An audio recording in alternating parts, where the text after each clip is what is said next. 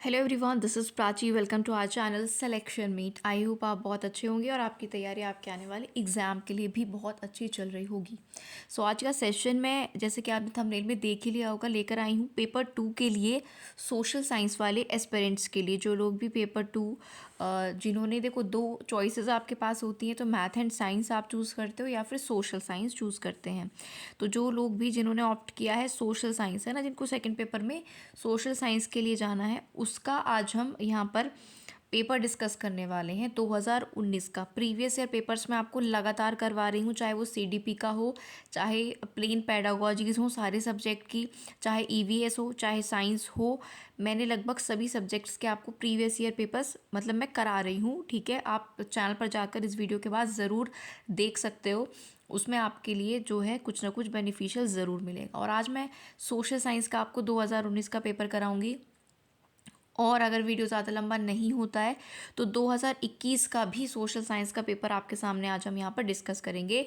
लगभग, है ना, टोटल पोर्शन देखो इसमें जो पेपर 2 में आता है, यहाँ पर हम एक ही पेपर आज डिस्कस करेंगे, बिकॉज लगभग हमारे यहाँ पर 60 क्वेश्चंस होते हैं, है ना। मैथ साइंस में क्या होता है, 30-30 का एक डिस्ट्रीब्यूशन हो जाता है मैथ और साइंस के बीच। यहाँ पर टोटल 60 क्वेश्चंस हम करेंगे, तो आज एक ही पेपर कर पाएंगे, बाकी एक और पेपर लगातार मैं डिस्कस करवा ही रही हूँ आपको आपके एग्ज़ाम की प्रैक्टिस के लिए। क्योंकि जितने ज़्यादा क्वेश्चंस आप प्रैक्टिस करते हो, वो पेपर आपका ऑफलाइन है, आप ऑफलाइन मोड में भी पेपर को जो है सॉल्व कर सकते हो, प्रैक्टिस कर सकते हो ऑनलाइन मोड में भी। ठीक है, बीच में कोई भी तरह की बात हम बिल्कुल नहीं करेंगे, बस थोड़ा आपको बता देते हैं, क्योंकि जो लोग नए हैं, जिन्हें नहीं पता क्या इस सीटेट को लेकर क्या क्या हमारे चैनल पर चल रहा है, वो थोड़ा सा बताना पड़ता है। और वीडियो के एंड में बीच में सिर्फ हम क्वेश्चन और आंसर्स को डिस्कस करेंगे। पहली बार अगर आप हमारे चैनल पर विजिट कर रहे हो तो अभी नहीं, पूरा वीडियो देख लीजिए, और आपको बेनिफिशियल लगता है तो हमारे साथ ज़रूर जुड़ें, चैनल को हमारे सब्सक्राइब आप ज़रूर करें, क्योंकि हम आपको टीचिंग एग्ज़ाम से रिलेटेड ही प्रिपरेशन करवाते हैं और जो ऑथेंटिक अपडेट्स होती हैं वो भी देते हैं। ठीक है, तो चलिए अब शुरू करें आज की क्लास को। हिंदी इंग्लिश दोनों में आपके सामने क्वेश्चन होगा, मैं हिंदी में पढ़ूंगी, आप जिस लैंग्वेज को प्रेफर करो उसमें पढ़ सकते हो। ठीक, तो शुरू करें आज की क्लास। चलिए, पहला क्वेश्चन देखो, पेडागोजी भी होगी इसमें और आपका कंटेंट वाले सवाल भी होंगे। सारे क्वेश्चन जो भी एसएसटी पोर्शन में आए थे उनको डिस्कस करेंगे। पहला क्वेश्चन आपके सामने है, निम्नलिखित में से कौन भ्रशोत्थ पर्वत है। भ्रशोत्थ पर्वत का मतलब होता है ब्लॉक माउंटेन्स। कुछ शब्द ऐसे होते हैं आपको हिंदी में नहीं पता होते, इंग्लिश में पता होते हैं, भले ही आपकी लैंग्वेज हिंदी हो, तो वो आप उसकी हेल्प ले सकते हो। इनमें से कौन से ब्लॉक माउंटेन्स हैं, प्रतोष्ठ पर्वत हैं, ये आपसे पूछा है। तो 31 का जो आपका सही उत्तर होगा वो होगा ऑप्शन नंबर 4। जो वॉस जेस पर्वत होते हैं, वॉस जेस, ये ब्लॉक माउंटेन्स में आते हैं, याद रखिए। देखो, प्रीवियस ईयर क्वेश्चन से आपको क्या पता चलता है कि किस टाइप के क्वेश्चन पूछे जाते हैं। ठीक है, और ये क्वेश्चन अगर ज्योग्राफी से है तो ये किस पोर्शन से पूछा गया है, ये आपका पर्वत वाले, है ना, माउंटेन्स वाले टॉपिक से पूछा गया है। तो ये आपके माइंड में आ जाता है कि हाँ, ये टॉपिक ज़रूर पढ़ना है, हमें इससे क्वेश्चंस आते हैं, तो ये बहुत अच्छा आइडिया आपको एक मिल जाता है। क्लियर हो गई बात। इनमें से जो ब्लॉक माउंटेन है वो है वॉस जेस। बढ़ते हैं क्वेश्चन नंबर 32 पर, यानी कि अगले क्वेश्चन पर। अगला क्वेश्चन आपसे कहता है, कथन, और दो कथन है उनके बारे में बताना है। पहला कथन कहता है, पृथ्वी से हमें चंद्रमा का केवल एक ही भाग दिखाई पड़ता है। दूसरा भाग, जो दूसरा कथन है वो कहता है, चंद्रमा पृथ्वी का एक चक्कर लगभग 27 दिनों में पूरा करता है और लगभग इतने ही समय में वह अपने अक्ष पर एक चक्कर भी पूरा करता है। इनमें से कौन सा सही है, कौन सा गलत है, या एक दूसरे की सही एक्सप्लेनेशन है या नहीं, ये आपको बताना है। देखिए, आपको ऐसा भी लग सकता है कि क्वेश्चंस थोड़ा फास्ट हो रहे हैं। अगर आपको ऐसा लगे तो सबसे पहले तो आपने प्रैक्टिस इसका मतलब नहीं की है, क्योंकि देखिए बड़े बड़े क्वेश्चंस आते हैं सीटेट में ज़्यादातर, और जब तक आप प्रैक्टिस नहीं करोगे ज़्यादा, तो आप भले कितना आपने सिलेबस कंप्लीट कर लिया है और प्रैक्टिस नहीं करी, तो वहाँ पेपर में आपके क्वेश्चन छूट जाएंगे, आपकी स्पीड नहीं रहेगी। स्पीड कैसे बढ़ती है, प्रैक्टिस करने से। तो यहाँ पर अगर आपको हमारी स्पीड तेज़ लगे तो क्वेश्चन को वहीं पॉज करो और फिर से उसको पढ़ लो आराम से। ठीक है, तो 32 का जो आपका सही आंसर होगा वो होगा पहला वाला जो ऑप्शन है, यानी कि दोनों सही हैं और बी जो है एक ही सही व्याख्या है। बी सही व्याख्या है, एक ही। क्यों? देखो दोनों इंडिविजुअली भी सही है। पृथ्वी से हमें चंद्रमा का केवल एक ही भाग दिखाई पड़ता है और ऐसा इसलिए होता है क्योंकि चंद्रमा पृथ्वी का चक्कर लगाता रहता है और 27 दिन में उसका ये चक्कर लगभग पूरा होता है। तो यही कारण है कि हमें चंद्रमा का केवल एक भाग दिखाई पड़ता है। तो दोनों इंडिविजुअल भी सही है और एक दूसरे से रिलेटेड भी हैं, इसलिए इसकी सही एक्सप्लेनेशन हो जाएगा। बढ़ते हैं क्वेश्चन नंबर 33 पर। 33 आपसे कहता है कायांतरित शैल के बारे में, जो मेटामॉर्फिक रॉक्स होते हैं उनके बारे में आपको 3 कथन दिए हैं, कौन सा सही है ये आपको बताना है। ठीक, तो 33 में जो सही है हम वही पढ़ेंगे। 33 का third option will be the right answer. A B C तीनों सही हैं, तो तीनों पढ़ लेते हैं। पहला कहता है कि आग्नेय और अवसादी शैल उच्च ताप और दाब के प्रभाव में कायांतरित शैलों में चेंज हो जाती है। सही बात है, जो आग्नेय और अवसादी शैल है हाई टेम्परेचर और हाई प्रेशर पर वो कायांतरित शैलों में बदल जाती हैं। दूसरा कहता है कायांतरित शैल जो है वो उच्च ताप और दाब के प्रभाव में पिघल कर द्रवित मैग्मा बनाती हैं, बिल्कुल सही है। और तीसरा है संगमरमर एक कायांतरित शैल है, तो ये बात भी बिल्कुल ठीक है। जो संगमरमर या मार्बल होता है वो एक कायांतरित शैल होता है। तो तीनों पॉइंट्स आपके सही हो जाएंगे। बढ़ते हैं अगले क्वेश्चन नंबर 34 पर। 34 आपसे कहता है अंतरिक्ष से प्रवेश करने वाले उल्कापिंड वायुमंडल के किस परत में, अंतरिक्ष से प्रवेश करने वाले उल्कापिंड वायुमंडल की किस परत पर आने पर जल जाते हैं। बहुत अच्छा क्वेश्चन है। ठीक है, तो फर्स्ट ऑप्शन इसका सही आंसर होगा, मध्यमंडल में, जिसको मेसोस्फेयर कहते हैं। अंतरिक्ष से जो भी उल्कापिंड आ रहे हैं, ठीक है, वो जलने लगते हैं जैसे ही वो मध्यमंडल में आते हैं, यानी कि मीजोस्फेयर में आते हैं। तो आशा करती हूँ यहाँ तक के क्वेश्चंस आपको अच्छे से क्लियर हो रहे होंगे। आते हैं क्वेश्चन नंबर 35 पर। ऋतु प्रवास जुड़ा हुआ है जिसको ट्रांसह्यूमेंस कहते हैं। ट्रांसह्यूमेंस जो है वो किससे रिलेटेड है, या ऋतु प्रवास किससे जुड़ा हुआ है। तो फर्स्ट ही ऑप्शन इसका सही आंसर होगा, लोगों के आवागमन से या मूवमेंट ऑफ पीपल को ही ट्रांसह्यूमेंस कहा जाता है। तो इसका आंसर आप याद रखेंगे। क्वेश्चन नंबर 36 देख लेते हैं क्या कहता है। स्थायी पवनों के संबंध में कथन ए और बी पर विचार करिए। परमानेंट विंड्स, ठीक है, परमानेंट विंड्स के बारे में या स्थायी पवनों के बारे में 2 कथन है, सही या गलत कौन सा है ये बताना है। पहला कहता है ये पवनें वर्ष भर लगातार निश्चित दिशा में चलती रहती हैं। दूसरा कहता है पश्चिम और पूर्वी पवनें इसका एग्जाम्पल है या उदाहरण है। तो 36 का थर्ड ऑप्शन सही है, दोनों बातें ठीक हैं। जो स्थायी पवनें होती हैं ये वर्ष भर लगातार निश्चित दिशा में चलती रहती हैं। दूसरा कहता है पश्चिम और पूर्वी पवनें इसका एग्जाम्पल है, यानी स्थायी पवनों में कौन कौन सी पवनें आ गई, पश्चिम पर जो पवनें होती हैं वो, और पूर्वी पवनें होती हैं वो। तो दोनों ऑप्शंस आपके सही हो जाएंगे। बढ़ते हैं अगले क्वेश्चन नंबर 37 पर। ब्राज़ील के कंपोज और वेनेजुला के लानोस ये कौन किस तरह के घास स्थल हैं ये आपको बताना है। तो third option will be your right answer. Brazil का कंपोज और वेनेजुला का लानोस, कैंपोस भी इसको बोलेंगे या फिर लानोस बोलते हैं, ठीक है। तो ये उष्णकटिबंधीय घास स्थल हैं, ट्रॉपिकल ग्रासलैंड है। अब यहाँ से आपको ये भी याद रखना है कि कंपोज घास के मैदान कहाँ पर हैं, ब्राज़ील में, और लानोस कहाँ पर है, वेनेजुला में। 3-4 क्वेश्चन यहीं से आपके हो गए। कंपोज कहाँ पर है, ब्राज़ील में, ठीक है, कंपोज कहाँ पर है, ब्राज़ील में, और लानोस है वेनेजुला में। और क्या याद रखना है, कंपोज और लानोस क्या है, ट्रॉपिकल ग्रासलैंड है, यानी कि उष्णकटिबंधीय घास के स्थल है। क्लियर इतनी बात। आगे आते हैं क्वेश्चन नंबर 38 पर। जलवायु के संबंध में कथन ए और बी पर विचार कीजिए और सही विकल्प का चयन कीजिए। पहला कहता है जलवायु वायुमंडल में दिन प्रतिदिन होने वाला परिवर्तन है, और दूसरा कहता है किसी स्थान की जलवायु सिर्फ उसकी ऊंचाई और उच्चावच पर निर्भर करती है, यानी कि एल्टीट्यूड पर डिपेंड करती है। तो दोनों में से कौन सा सही है, 38 का आपका फोर्थ ऑप्शन सही हो जाएगा। दोनों ही क्या है, आपके गलत स्टेटमेंट्स हैं। 38 का फोर्थ ऑप्शन होगा, दोनों गलत हैं। जलवायु वायुमंडल में होने वाला परिवर्तन है, नहीं, ऐसा मतलब एग्जैक्ट नहीं कह सकते हम जलवायु के बारे में, और ना ही ये ऊंचाई और उच्चावच पर निर्भर करती है। तो दोनों स्टेटमेंट क्या हो जाएंगे, रॉन्ग। बढ़ते हैं क्वेश्चन नंबर 39 पर। 39 आपसे कहता है कि ए और बी आपको दिए हुए हैं, इनके आधार पर ऊर्जा के स्रोत की पहचान करें। ठीक, ये ऊर्जा के कैसे स्रोत हैं। पहला है ये एक परंपरागत ऊर्जा का स्रोत है, कन्वेंशनल सोर्स है। दूसरा कहता है ये ऊर्जा स्रोत तब निर्मुक्त होती है जब अपरिष्कृत तेल को धरातल पर लाया जाता है। तो कौन सी ऊर्जा है, कौन सी ऊर्जा की बात हो रही है? प्राकृतिक गैस की बात हो रही है, नेचुरल गैस की बात हो रही है। नेचुरल गैस एक कन्वेंशनल सोर्स ऑफ एनर्जी भी है और ये तब निर्मुक्त होती है प्राकृतिक गैस जब अपरिष्कृत तेल को धरातल पर लाया जाता है। पढ़ते हैं क्वेश्चन नंबर 40 पर। 40 आपसे क्या कहता है? भारत का शोध स्थान मैत्री ये कहाँ पर है? ये इंडिया का रिसर्च स्टेशन है और नाम है मैत्री। ये कहाँ पर लोकेटेड है ये आपसे पूछ रहा है। तो सेकंड अंटार्कटिका, ये कहाँ पर है? अंटार्कटिका पर है। सेकंड ऑप्शन आपका सही आंसर होगा, मैत्री, जो कि भारत का रिसर्च स्टेशन है, that is located in Antarctica. ये आपको याद रखना है। आते हैं क्वेश्चन नंबर 41 पर। 41 आपसे पूछता है कि निम्नलिखित में से कौन सा कथन खनिज के संदर्भ में सही नहीं है? खनिज से संबंधित सही नहीं है, ये आपको बताना है। तो 41 का आपका फोर्थ ऑप्शन गलत है, यानी कि उत्तर सही है। वैसे गलत है क्या? कि सभी खनिज अधात्विक होते हैं, all minerals are non metallic, ये बात गलत है। बाकी तीनों बातें सही हैं, तो उनको पढ़ लेते हैं।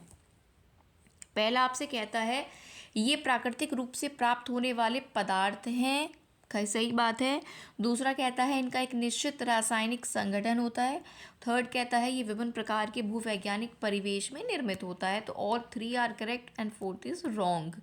क्वेश्चन नंबर 42 आपसे कहता है निम्नलिखित में आपको क्या करना है? मैच करना है अबाउट नर्मदा नदी, वज्जी, गारो हिल्स, गंगा घाटी, सिंधु और उसकी सहायक नदियाँ। ये इनके रिलेटेड जो विशेषताएं दी हैं उनसे इसको मैच करना है। तो 42 का आपका थर्ड ऑप्शन जो है वो सही है। उसके अकॉर्डिंग हम देख लेते हैं। तो जो नर्मदा नदी है आखेट और संग्रहण से रिलेटेड है। वज्जी की बात करें तो ये आरंभिक गणतंत्र है, अर्ली रिपब्लिक। गारो पहाड़ियों की अगर हम बात करते हैं तो आरंभिक कृषि, ठीक है। गंगा घाटी की अगर मैं आपसे बात करूं तो आपका हो जाएगा लगभग 2500 वर्ष पूर्व के शहर, ठीक है। सिंधु और उसकी सहायक नदियों की अगर मैं आपसे बात करूं तो इसका फोर्थ हो जाएगा। ये क्या हो जाएगा? सिंधु और उसकी सहायक नदियां प्रथम नगर के रूप में जाने जाते थे, ठीक है। तो ये एक बार आप फिर से खुद से अच्छे से और पढ़ सकते हो। 42 का आपका थर्ड ऑप्शन करेक्ट है। नर्मदा जो घाटी है वो आपकी मिल जाएगी किससे? आखेट और संग्रहण। वज्जी आरंभिक गणतंत्र, ठीक है। गारो पहाड़ी आरंभिक कृषि। गंगा घाटी लगभग 2500 वर्ष पूर्व के शहर। और सिंधु और उसकी सहायक नदियाँ ये आ जाएगा आपका प्रथम नगर से रिलेटेड। क्लियर है? चलिए आगे आ जाते हैं क्वेश्चन नंबर 43 पर। देखो बड़े बड़े क्वेश्चन हैं, इसीलिए मैं कहती हूँ कहीं से भी आप प्रैक्टिस करो, पर एग्ज़ाम से पहले अब जो आपका टाइम चल रहा है वो प्रैक्टिस का ही चल रहा है। अब जो छूट गया है उसे छोड़ दीजिए, अब करिए प्रैक्टिस, जिससे आप जितना टाइम आपको मिलता है उसमें आप अपना सारा पेपर पढ़ सको और कर सको।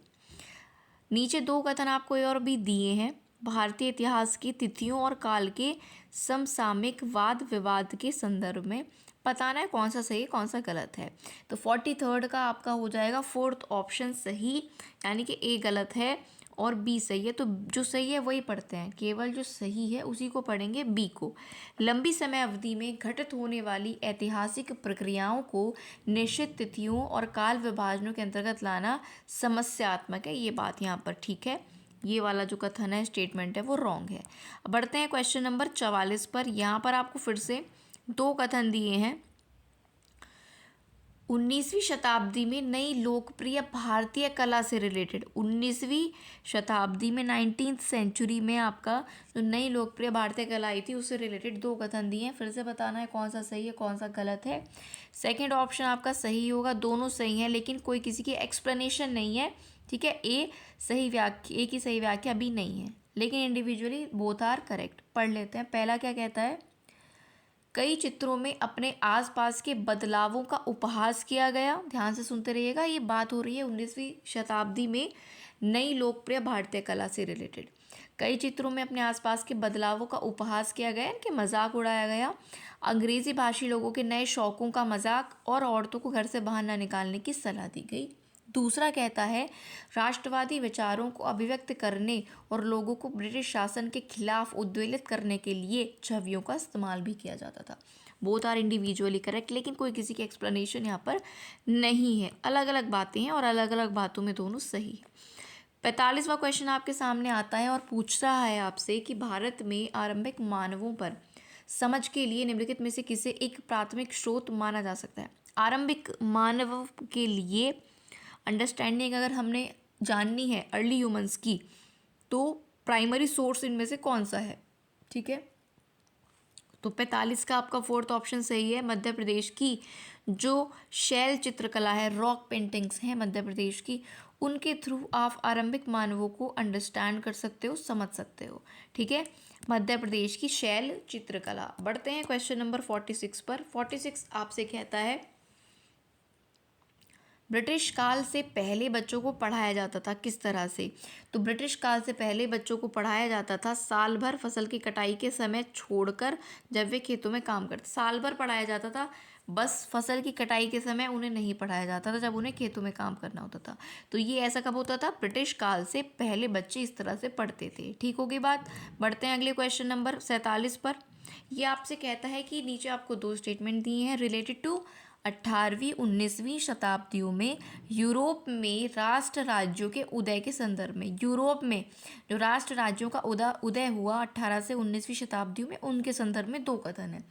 कौन सा सही है? तो जो ए है वो गलत है और बी आपका सही है। 47 का फोर्थ, तो बी पढ़ लेते हैं। ये क्या कह रहा है कि प्रारंभिक 19वीं शताब्दी में लोगों को ये बोध कराया गया कि प्रत्येक भाषी समुदाय एक अलग राष्ट्र है, कि अगर समुदाय कोई अलग अलग भाषा के समुदाय हैं तो वो अलग राष्ट्र हैं, ये बताया गया। और ये थिंकिंग उस समय पर डेवलप हुई। ठीक, बढ़ते हैं अब क्वेश्चन नंबर 48 पर। BCE का फुल फॉर्म आपसे पूछा है। ठीक है, BCE देखते हो ना, डेट्स के साथ लिखा, ईयर के साथ लिखा हुआ आता है, सदी के साथ है ना, सेंचुरी के साथ BCE लिखा हुआ आता है। तो 48 का सेकंड हो जाएगा before common era. BCE stands for before common era, याद रखना। ठीक है, 48 का second option before common era.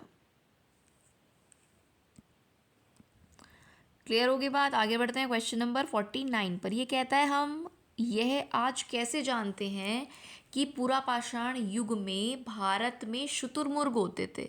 अब देखो, ये हम कैसे जानते हैं ये तो हम देखेंगे ही, लेकिन हमें क्या पता चला कि जो शुतुरमुर्ग होते थे वो पुरापाषाण युग में होते थे।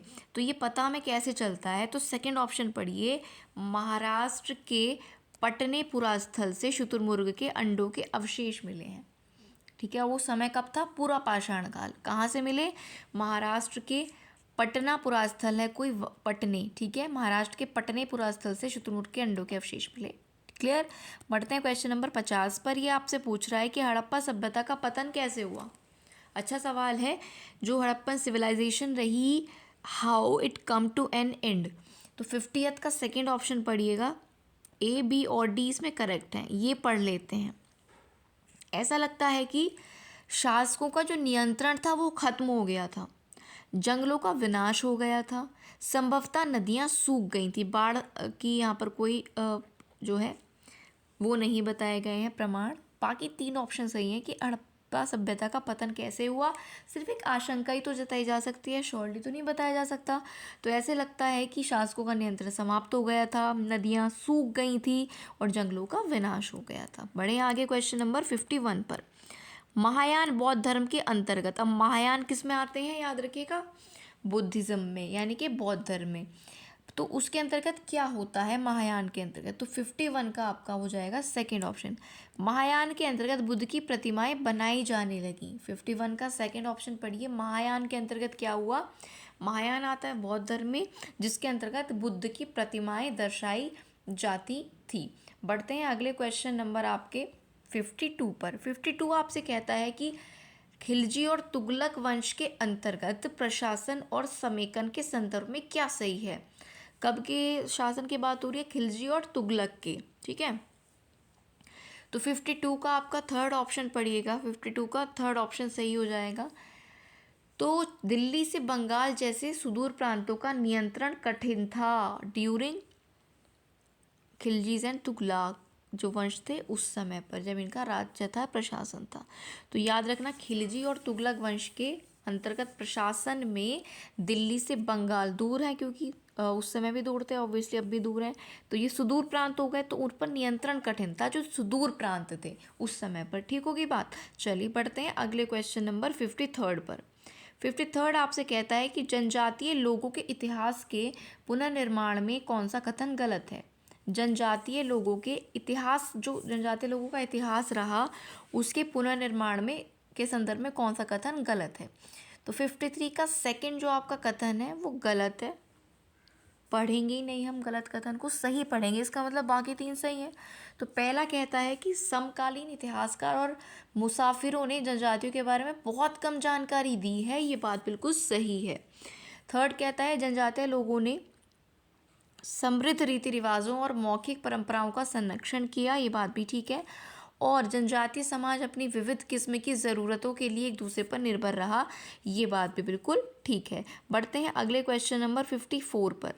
1857 के विद्रोह के बाद अंग्रेज़ों ने किस प्रकार भारत पर अपने नियंत्रण को फिर से हासिल किया, समेकित किया आफ्टर द रिवॉल्ट ऑफ 1857। तो इनमें से कौन सा ऑप्शन सही होगा। तो फर्स्ट ऑप्शन देखिएगा, इसका सही उत्तर है, ठीक है, ईस्ट इंडिया कंपनी के सारे अधिकार ब्रिटिश साम्राज्य के हाथ में सौंपकर, ताकि भारतीय मामलों को ज़्यादा बेढंग से संभाल, जो सारे अधिकार ईस्ट इंडिया पर थे, ईस्ट इंडिया कंपनी के हाथ में थे, वो ब्रिटिश एम्पायर को या ब्रिटिश क्राउन को दे दिए गए, जिससे चीज़ें बेटर तरीके से हैंडल हो पाए, ठीक है। तो पहला ऑप्शन सही हो जाएगा। बढ़ते हैं क्वेश्चन नंबर आपके 55 पर। 55 आपसे कहता है निम्नलिखित में से क्या प्रतिनिधि लोकतंत्र की विशेषता नहीं है, रिप्रेजेंटेटिव डेमोक्रेसी का फीचर नहीं है। तो 55 का आपका हो जाएगा थर्ड ऑप्शन, जनता की निर्णय निर्माण की प्रक्रिया में प्रत्यक्ष सहभागिता नहीं होती है ना, तो ये गलत है। प्रत्यक्ष सहभागिता जनता की नहीं होती है किसी भी निर्माण प्रक्रिया में। मतदान द्वारा प्रतिनिधि का चुनाव होता है, करेक्ट। प्रतिनिधियों के हाथ में निर्णय निर्माण की प्रक्रिया होती है, करेक्ट। जनता को मतदान का अधिकार होता है। These 3 are correct and third option is wrong. 56 question देख लेते हैं, क्या कहता है, भारत के किस क्षेत्र को छोटा तिब्बत कहते हैं, लिटिल तिब्बत, भारत के किस क्षेत्र को कहते हैं। तो 56 का फर्स्ट आपका करेक्ट हो जाएगा, लद्दाख को ही लिटिल तिब्बत या छोटा तिब्बत कहा जाता है, किसको, लद्दाख को। तो ये आप याद रखेंगे, ठीक है। क्वेश्चन नंबर 57, भारत में अपील प्रणाली या पौनर्वादिक प्रणाली किसे कहते हैं, what is the appellate system in India. Appellate system क्या है, ये आपसे पूछ रहा है। तो 57 का फोर्थ ऑप्शन पड़ेगा। इसका मतलब है निचली न्यायालय के आदेश के खिलाफ उच्च न्यायालय में अपील का प्रावधान, उसको अपीलिएट सिस्टम कहते हैं। जब निचली अदालत का जो आदेश आया है उसके वो आपको सही नहीं लगा है, तो उसके आदेश के खिलाफ आप उच्च न्यायालय में जाते हैं, ऊंची अदालत में जाते हैं, उसी को अपीलिएट सिस्टम कहा जाता है इन इंडिया। क्वेश्चन नंबर 58 पर आ जाते हैं, और ये आपसे 58 कहता है कि निम्नलिखित में से कौन सा प्रायद्वीपीय पठार का लक्षण नहीं है, पेनिसुलर प्लेटू का एग्जाम्पल नहीं है, फीचर नहीं है। तो 58 का फोर्थ नहीं है, तो हम इसको पढ़ेंगे ही नहीं, बाकी पढ़ लेते हैं। तो जो प्रायद्वीपीय पठार होते हैं ये उत्तरी मैदानों के दक्षिण में स्थित हैं। ध्यान से एक एक स्टेटमेंट सुनिएगा। प्रायद्वीपीय पठार उत्तरी मैदानों के दक्षिण में स्थित है, इसके उत्तर पश्चिम में अरावली श्रृंखला स्थित है, यहाँ कोयला और लौह अयस्क जैसे खनिजों की प्रचुरता है। इंपॉर्टेंट है ये तीनों स्टेटमेंट, अच्छे से एक बार और वीडियो को पॉज करके पढ़ लेना। आगे आ जाते हैं क्वेश्चन नंबर 59 पर। ये आपसे कहता है कि निम्नलिखित में से कौन सा कथन अफ्रीका के बारे में सही है। अफ्रीका के बारे में कौन सा स्टेटमेंट सही है, तो ऑप्शन नंबर 2। अफ्रीका एक ऐसा महाद्वीप है जिससे होकर कर्क, विषुवत, मकर रेखा गुजरती है। कर्क रेखा, विषुवत रेखा और मकर रेखा, कौन से ऐसा द्वीप है जिससे होकर तीनों जाती हैं, अफ्रीका महाद्वीप है, ठीक है, याद रहेगा। पढ़ते हैं क्वेश्चन नंबर 60 पर। 60 आपसे कहता है भारत के दक्षिणी भागों विशेषकर तमिलनाडु और आंध्र प्रदेश में शरद ऋतु में वर्षा होती है, ऐसा क्यों होता है। और खासकर की बात चल रही है तमिलनाडु और आंध्र प्रदेश की, तो ऐसा क्यों होता है कि सर्दियों में वहाँ पर बारिश होती है, ठीक है, शरद ऋतु में। तो 60th का आपका हो जाएगा फर्स्ट ऑप्शन करेक्ट। पवन स्थल भागों से लौटकर बंगाल की खाड़ी की ओर बहती है। स्थल भागों से वापस होकर जो हवा है वो बंगाल की खाड़ी की ओर बहती है, जिस कारण वहाँ पर रेनफॉल होता है, ठीक है। बढ़ते हैं अब क्वेश्चन नंबर 61। 30 क्वेश्चन हमारे हो चुके हैं, बाकी भी हम करेंगे। तो आई होप आपको क्वेश्चंस ठीक मतलब सही से आपके प्रैक्टिस हो पा रहे हैं। अगर आपको वीडियो फास्ट लग रही है तो आप जो भी क्वेश्चन आपको समझ नहीं आता पर्टिकुलर क्वेश्चन, उसको रोक कर उसको दोबारा से पढ़ें, ठीक है। क्योंकि आपको कोई फॉर्मेलिटी तो करनी नहीं है कि पूरी वीडियो देख ली और समझ कुछ आया नहीं। तो मेनली आपको अपनी ही चीज़ों पर ध्यान देना है। जो चीज़ आपको समझ नहीं आती है उस पर आप पॉज करके आराम से वीडियो को देख सकते हो। सीटेट की पूरी प्लेलिस्ट आपको हमारे चैनल पर मिल जाएगी। जो भी वीडियो आपके लिए बेनिफिशियल हो, आप देखना चाहते हो, उसको देख सकते हो, ठीक है।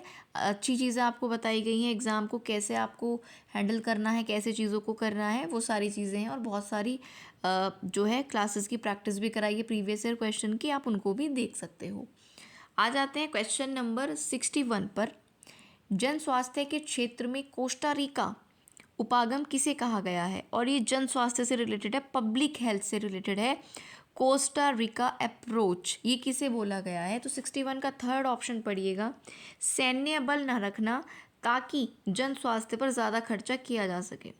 Not having an army to maintain to be able to spend more on public health पे ज़्यादा खर्चा कर सकें, सैन्य बल ना रखें, जिससे ज़्यादा हम पैसे कहाँ खर्च करें? जन स्वास्थ्य पर। इसको कोस्टा रिका उपागम कहा गया है। बढ़ते हैं अगले क्वेश्चन नंबर 62 पर। 62 आपसे कहता है 1997 में भारतीय उच्चतम न्यायालय ने विशाखा निर्देश की रचना महिलाओं को डैश यौन उत्पीड़न से बचाने के लिए करी थी। तो केस है 1997 का, उससे रिलेटेड आपसे पूछ रहा है। तो 62 का सेकंड ऑप्शन सही हो जाएगा। ये कार्यस्थल पर, वर्क प्लेस पर बात चल रही थी। 1997 में भारतीय उच्चतम न्यायालय यानी कि सुप्रीम कोर्ट ऑफ इंडिया ने विशाखा निर्देश की रचना महिलाओं को कार्यस्थल पर यौन उत्पीड़न से बचाने के लिए की थी, ठीक है। आगे बढ़ते हैं क्वेश्चन नंबर 63 पर। निम्नलिखित में से कौन भारत में एक राज्य के राज्यपाल की नियुक्ति करता है? तो राज्य के राज्यपाल की नियुक्ति कौन करता है? यहाँ पर करती है केंद्र सरकार। थर्ड ऑप्शन आपका सही उत्तर हो जाएगा, ठीक। बढ़ते हैं आगे क्वेश्चन नंबर 64 पर। 64 आपसे कहता है निम्नलिखित में से कौन ग्रामीण प्रशासनिक अधिकारी नहीं है? Which of the following is not a rural administration officer? ग्रामीण प्रशासनिक अधिकारी नहीं है। तो सेकंड हो जाएगा आपका सही आंसर, नगर निगम वार्ड काउंसलर, ठीक है, सेकंड वाला। पटवारी होता है, भूमि रिकॉर्ड अधिकारी होता है, लेखपाल भी अधिकारी होता है, ग्रामीण प्रशासनिक अधिकारी नगर निगम वार्ड काउंसलर नहीं होता है।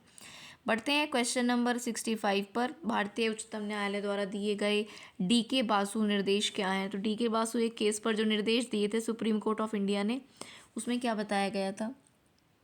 तो फोर्थ ऑप्शन पढ़िएगा। गिरफ्तारी, नज़रबंदी और पूछताछ के दौरान पुलिस द्वारा पालन की जाने वाली प्रक्रिया क्या होंगी, उससे जुड़े निर्देश उसमें दिए गए थे, ठीक है। बढ़े आगे क्वेश्चन नंबर 66 पर। 66 आपसे कहता है वन अधिकार कानून 2006 अपने शीर्षक में कौन सी श्रेणी के अधिकारों को स्वीकारता है? तो ये स्वीकारता है अनुसूचित जनजाति को, एसटी जो कास्ट है उसको, शेड्यूल ट्राइब्स को, ठीक है। वन अधिकार कानून 2006 अपने शीर्षक में अनुसूचित जनजातियों के अधिकारों को मानता है। क्वेश्चन नंबर 67, द्वितीयक स्रोत का क्या एग्जाम्पल है? सेकेंडरी सोर्स क्या है इनमें से, ये आपको बताना है। 67 तो हाँ, ये द्वितीयक सोर्स माना जाएगा। ऑप्शन नंबर फोर्थ, हमारे अतीत कक्षा 6 के लिए एनसीईआरटी के इतिहास की पाठ्य पुस्तक, इसको एक सेकेंडरी सोर्स मानेंगे। बाकी सब सेकेंडरी सोर्स नहीं है, ना कि भारत का संविधान, ना कि जनगणना, ना कि जन्म मृत्यु का पंजीकरण रिकॉर्ड, ठीक है। और इनमें जो सेकेंडरी सोर्स है वो ये वाला ऑप्शन है। पढ़ते हैं क्वेश्चन नंबर 68 पर। ये आपसे कहता है कि यहाँ पर आपको दो कथन दिए गए हैं, बताना है कौन सा सही कौन सा रॉन्ग है। तो सेकंड ऑप्शन आपका जो यहाँ पर सही उत्तर हो जाएगा, दोनों सही हैं। क्या कहते हैं? पहला कहता है कि परीक्षाएं तंत्र की सुविधा के लिए निर्मित कृत्रिम परिस्थितियां हैं, ना कि व्यक्तिगत शिक्षार्थी के लिए। समझाऊंगी अभी मैं आपको स्टेटमेंट। दूसरा कहता है स्मृति परीक्षण से दूर दक्षताओं के परीक्षण पर जोर के रूप में बदलाव सामाजिक विज्ञान की कक्षाओं में तनाव को कम करेगा, ठीक है। तो पहला स्टेटमेंट कह रहा है कि जो परीक्षाएं होती हैं, जो एग्ज़ाम्स होते हैं, वो तंत्र की सुविधा के लिए बनाए गए हैं, ना कि इंडिविजुअल जो व्यक्ति है, शिक्षार्थी है, उसके लिए। तंत्र की सुविधा के लिए है ये, ठीक है, सिस्टम की सुविधा के लिए है, ना कि लर्नर की सुविधा के लिए जो एग्ज़ाम्स होते हैं। और दूसरा कहता है जो रटन विद्या है, स्मृति परीक्षण है आपका, उससे दूर दक्षताओं के परीक्षण पर जोर के रूप में बदलाव सामाजिक विज्ञान की कक्षा में तनाव को कम करेगा। अगर आप चीज़ों को समझो, एनालाइज करके पढ़ो, ना कि रटने पर जोर दो, है ना। तो उसके बारे में ये बोल रहा है। तो उस सोशल साइंस की क्लास में वो जो बच्चों पे स्ट्रेस है, प्रेशर है, उसको कम करेगा। दोनों बातें सही हैं। पढ़ते हैं क्वेश्चन नंबर 69 पर। 69 आपसे कहता है कि सामाजिक विज्ञान के अध्यापक या अध्यापिका का मुख्य उद्देश्य क्या होना चाहिए। अभी ये आ गए हैं आपकी पेडागोजी के क्वेश्चंस, ठीक है। तो सामाजिक एक एसएसटी या सोशल साइंस के टीचर का उद्देश्य क्या होना चाहिए, मुख्य उद्देश्य क्या होना चाहिए। तो जो सभी तत्व जो समाज का निर्माण करते हैं उनके बीच के संबंधों को बच्चों को बताना चाहिए, उन्हें अवेयर करना चाहिए। सभी तत्व जो समाज का निर्माण करते हैं उनसे रिलेटेड चीज़ों को टीचर को बताना चाहिए, उनमें क्या रिलेशन है उसके बारे में भी बताना चाहिए। आ जाते हैं क्वेश्चन नंबर 70 पर। 70 कहता है कि सामाजिक विज्ञान में आकलन का मुख्य उद्देश्य क्या है। आप असेसमेंट करते हो एक सोशल साइंस के स्टूडेंट का, तो उसमें क्या आपका पर्पस होता है, ये आपसे पूछा है। तो 70 का आपका हो जाएगा ऑप्शन नंबर 4 सही जवाब। 70 का कहता है शिक्षार्थियों को प्रतिपुष्टि देना और मानक स्थापित करना जिनको पाने के लिए वो प्रयासरत रहें। मेन पर्पस जो होता है, याद करना नहीं होता, ना ही वर्गीकृत करना होता है, सामाजिक विभेद भी नहीं दिखाना होता है। तो बेस्ट ऑप्शन कौन सा हो जाएगा, ऑप्शन नंबर 4। लर्नर्स, जब आकलन करने का उद्देश्य होता है कि आप बच्चों को फीडबैक दे सको और एक स्टैंडर्ड सेट करो जिससे वो अपने लक्ष्य को पाने के लिए प्रयासरत रहें। क्वेश्चन नंबर आपका आ जाता है 71। 71 आपसे पूछ रहा है कि सामाजिक विज्ञान की कक्षा में फिल्मों को एक प्रभावी शैक्षणिक उपकरण के रूप में यूज़ किया जा सकता है। फिल्मों को क्यों किया जा सकता है, तो ये आपको बताना है। तो पहला ऑप्शन इसका सही उत्तर है, ए, बी और सी सही हैं, ठीक है। क्यों किया जाता है, फिल्में कक्षा के भीतर बाहरी दुनिया को ला सकती हैं इसलिए। दूसरा, फिल्में अनदेखे और अनसुने संदर्भों को खोजने की शक्ति दे सकती हैं इसलिए। और फिल्में ऐसी कहानियों, संवादों और छवियों को सामने लाती हैं जो जीवन में हमसे दूर हो सकती हैं, ठीक है। तो ये इसकी इम्पोर्टेंस होती है। बढ़ते हैं आगे क्वेश्चन नंबर 72 पर। 72 आपसे कहता है कि कक्षा में मानचित्र के प्रयोग के संदर्भ में निम्नलिखित कथनों में से सही बताओ। कक्षा में आप मैप यूज़ कर रहे हो, तो कॉन्टेक्स्ट ऑफ यूजिंग मैप के बारे में क्या बातें इनमें से सही हैं। तो 72 का पहला ऑप्शन आपका सही है, केवल ए ऑप्शन आपका सही होगा। मानचित्र एक सामाजिक राजनीतिक निर्मिति है। Map is a socio political construct, that's it. ये तीनों वाक्य आपके कॉन्टेक्स्ट में सही नहीं है। पहला ऑप्शन केवल इसमें सही होगा। 72 का पहला ऑप्शन, मानचित्र हैं जो मैप्स होते हैं वो सामाजिक राजनीतिक निर्मिति है, ठीक है। बढ़ते हैं क्वेश्चन नंबर 73 पर। 73 आपसे कहता है कि शिक्षार्थियों के जीवन से अधिगम को जोड़ने के प्रयास में सामाजिक विज्ञान के शिक्षक को क्या करना चाहिए। अगर बच्चे की लर्निंग को समाज से जोड़ना है, जीवन से जोड़ना है, ठीक है, तो किस तरह से आप as a social science teacher आप क्या करोगे। तो 73 का second option will be the right answer, जहाँ पर ए और सी सही हैं। ए और सी आर करेक्ट। ए कहता है कि विषय वस्तु में विविध सांस्कृतिक दृष्टिकोण को जानबूझकर और स्पष्ट रूप से शामिल करें, सांस्कृतिक दृष्टिकोण को अलग अलग। और सी कहता है कि शिक्षार्थियों को अपने उदाहरणों और अनुभवों को कक्षा में साझा करने का अवसर दें। तो दोनों स्टेटमेंट सही हैं, ए और सी। तो आपका सेकंड ऑप्शन यहाँ पर करेक्ट आंसर हो जाएगा। पढ़ते हैं क्वेश्चन नंबर 74 पर।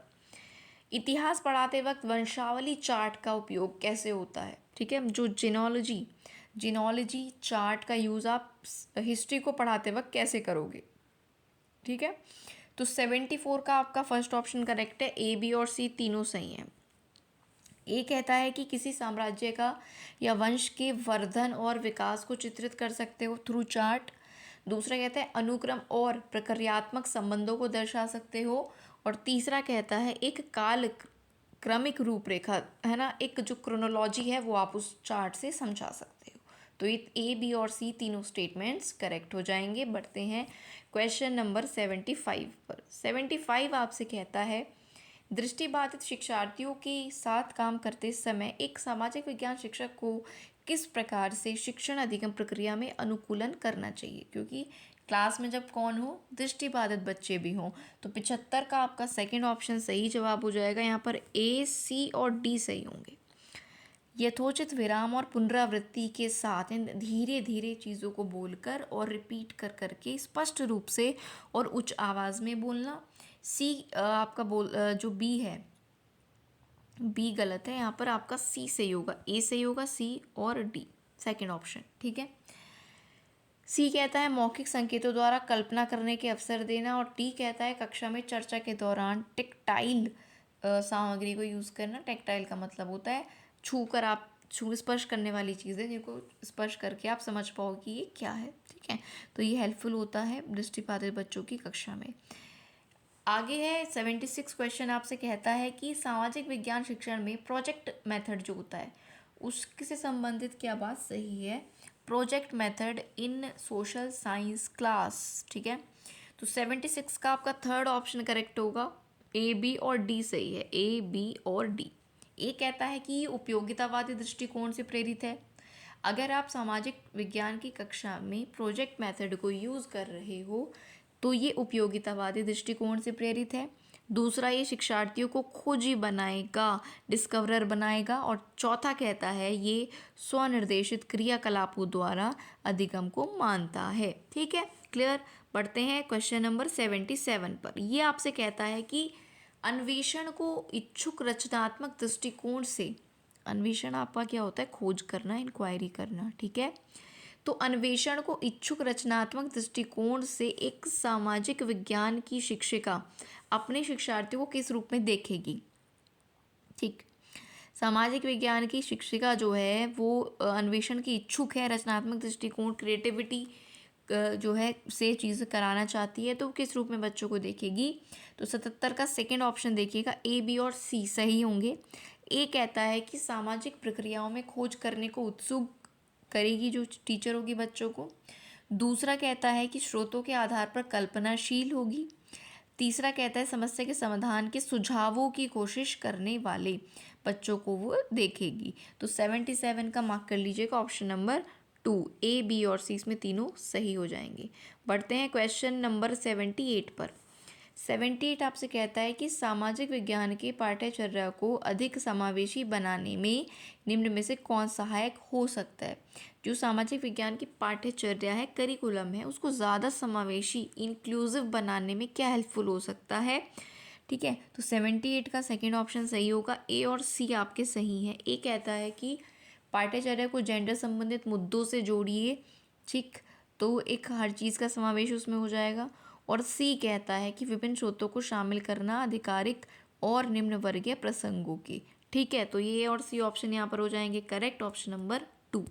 क्वेश्चन नंबर 79, विद्यार्थियों को विवेचनात्मक होना क्यों सीखना चाहिए। क्रिटिकल होना, विवेचनात्मक होना क्यों सीखना चाहिए स्टूडेंट्स को।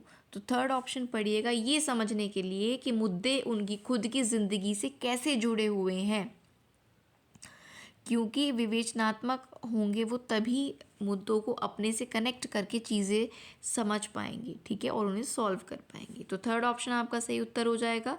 क्वेश्चन नंबर 80 पर आ जाते हैं। 80 कहता है कि निम्नलिखित उदाहरणों में से विविधता को दर्शाने वाले एग्जाम्पल का चयन करो। डाइवर्सिटी वाला एग्जाम्पल इनमें से कौन सा होगा। तो 80 का फोर्थ ऑप्शन होगा, पारितोष को बांग्ला अच्छी आती है वहीं सुचिता हिंदी बोलती है। तो आ गई ना डाइवर्सिटी, एक हिंदी की बात हो गई, एक बांग्ला की बात हो गई।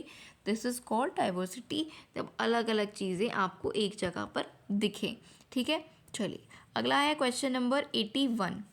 ये आपसे कहता है कि स्कूल के सामाजिक विज्ञान के शैक्षणिक भ्रमण में ज़ीरो, बोमडिला, नामदफा, राष्ट्रीय उद्यान, तवांग, लिसांग गाँव को शामिल किया गया।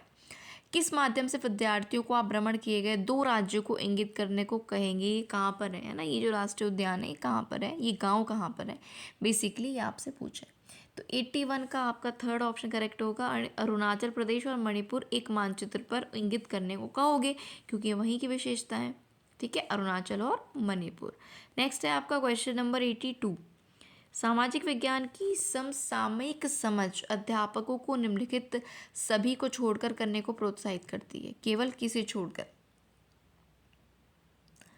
सामाजिक विज्ञान की जो आपको समय के साथ साथ समझ आती है, अध्यापकों को निम्नलिखित सभी करने से प्रोत्साहित करती है। क्या छोड़कर प्रोत्साहित करेगी। तो 82 का आपका सेकंड ऑप्शन जो है वो हो जाएगा, इसको छोड़कर, हर चीज़ से प्रोत्साहित करेगी। प्रश्नों के समान उत्तर देने के लिए शिक्षार्थियों को प्रोत्साहन देना जिससे कि सभी बेहतर बन सके। समान उत्तर देना, सभी बच्चे को रटे रटाए उत्तर देना, उसके लिए थोड़ी ना प्रोत्साहित करना है। तो सेकंड इसका सही उत्तर हो जाएगा, क्योंकि उन्होंने पूछा था किसको छोड़कर। बाकी तीनों सही होंगे। शिक्षार्थियों को दूसरों के स्थानीय अनुभवों को पढ़ने और स्वयं के अनुभवों को खोजने के लिए, ये सही है। थर्ड है शिक्षार्थियों को दिए गए विषय वस्तु पर प्रश्न बनाने की क्षमता के लिए प्रशंसा करना और उसे अधिगम की जांच के लिए वैध स्वीकारना, ये भी ठीक है। फोर्थ कहता है शिक्षार्थियों को कक्षा में विकसित ज्ञान को मूर्त परिस्थितियों में उपयोग करने के लिए अवसर देना। तीनों बातें ठीक हैं। सेकंड वाला ऑप्शन यहाँ पर करेक्ट हो जाएगा, क्योंकि गलत पूछा था किसको छोड़कर प्रोत्साहित करती है। ये जो हम पेपर डिस्कस कर रहे हैं, ये मैं आपको दिसंबर 2019 का पेपर 2 डिस्कस करवा रही हूँ, ठीक है।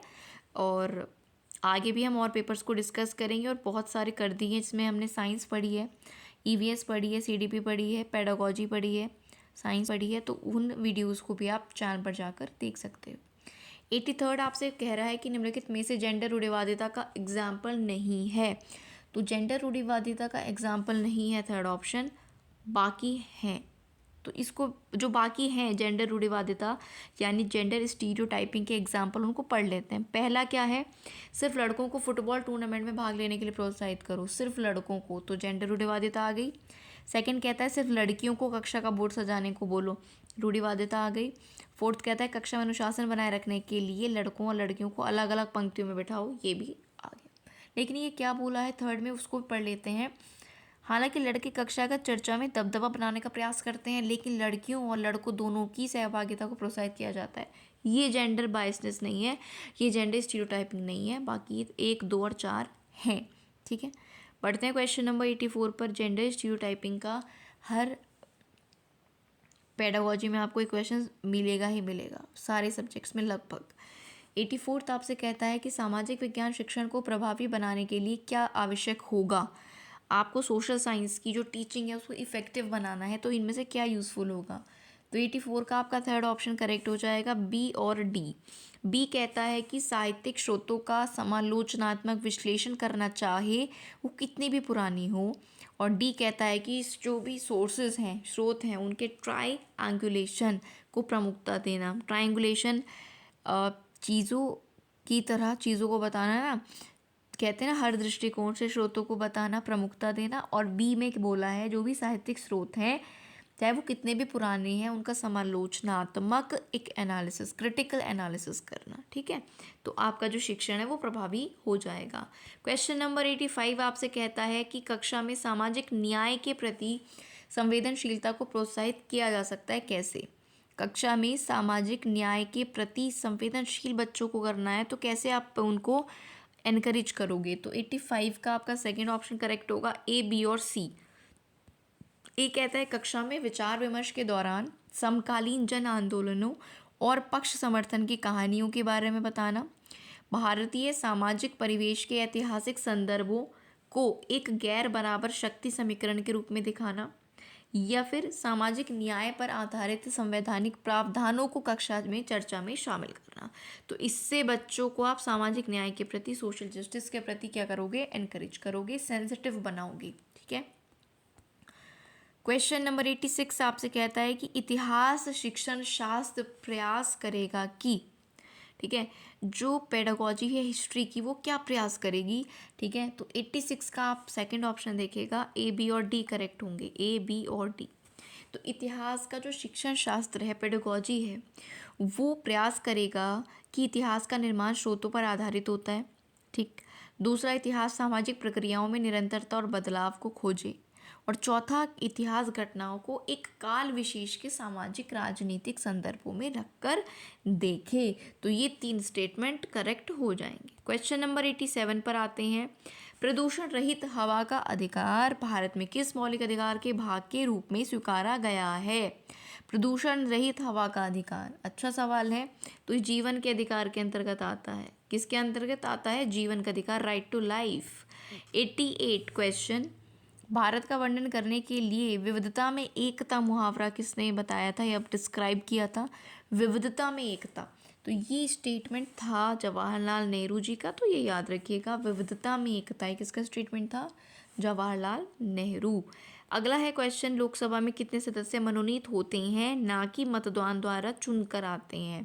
तो 89 का थर्ड आपका हो जाएगा, लोकसभा में 2 लोग मनोनीत होते हैं, ये मतदान द्वारा चुनकर नहीं आते, सिर्फ मनोनीत होते हैं। ठीक है, अगला आपका क्वेश्चन जो लास्ट है वो आ जाएगा 90 क्वेश्चन 90th। 2006 में नेपाल में सरकार का रूप राजतंत्र से बदलकर क्या हो गया था। नेपाल का सवाल है आपके सामने कि 2006 की बात है, नेपाल में सरकार राजतंत्र से किस में बदल गई थी, लोकतंत्र में, डेमोक्रेसी जो कि इंडिया में है।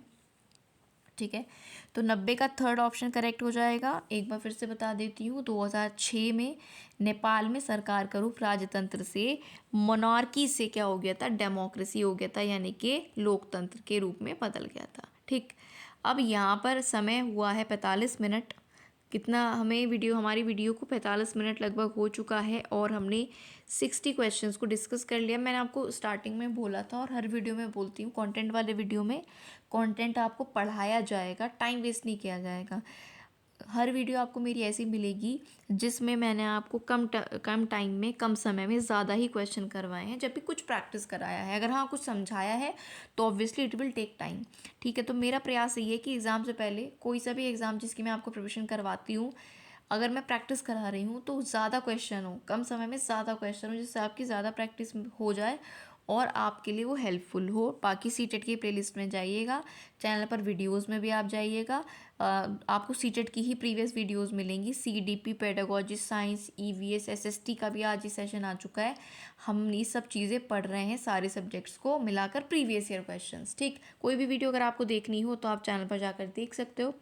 और मैंने जैसे कि वीडियो के शुरू में आपसे बोला था, वीडियो अगर एंड तक आप देखना आपको अच्छी लगती है तो हमारे साथ ज़रूर अपनी इस जर्नी में आप हमारे साथ जुड़िए।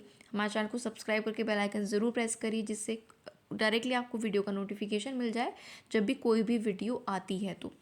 और सारी अपडेट्स के लिए आप हमारे टेलीग्राम चैनल से जुड़ सकते हैं। कोई भी नोटिफिकेशन वगैरह आता है, सब वीडियोस बनाकर यूट्यूब पर मैं नहीं डालती हूँ, वहाँ पर सारी अपडेट्स आपको देती हूँ। तो डिस्क्रिप्शन में लिंक है, सिलेक्शन मेट नाम से टेलीग्राम चैनल है, वहाँ पर जाकर आप जुड़ सकते हो। और किसी भी टीचिंग एग्ज़ाम से रिलेटेड, किसी भी सब्जेक्ट से रिलेटेड अगर आपका कोई भी डाउट है, you can ask me any time. I will try to solve your question और योर क्वेरी। ठीक है, कमेंट बॉक्स में भी लिख सकते हो वीडियो के, और वहाँ पर टेलीग्राम पर जब आप जाओगे वहाँ पर भी पूछ सकते हो। तो वीडियो में आज के लिए मैं इतना ही रखूँगी। होप आपको वीडियो अच्छा लगे और आपके काम ज़रूर आए। ठीक है, तो चलिए आज की वीडियो यहीं पर रोकते हैं, आगे कंटिन्यू करेंगे। मिलेंगे जल्दी किसी नेक्स्ट वीडियो में, तब तक के लिए पढ़ते रहिए। Thank you so much.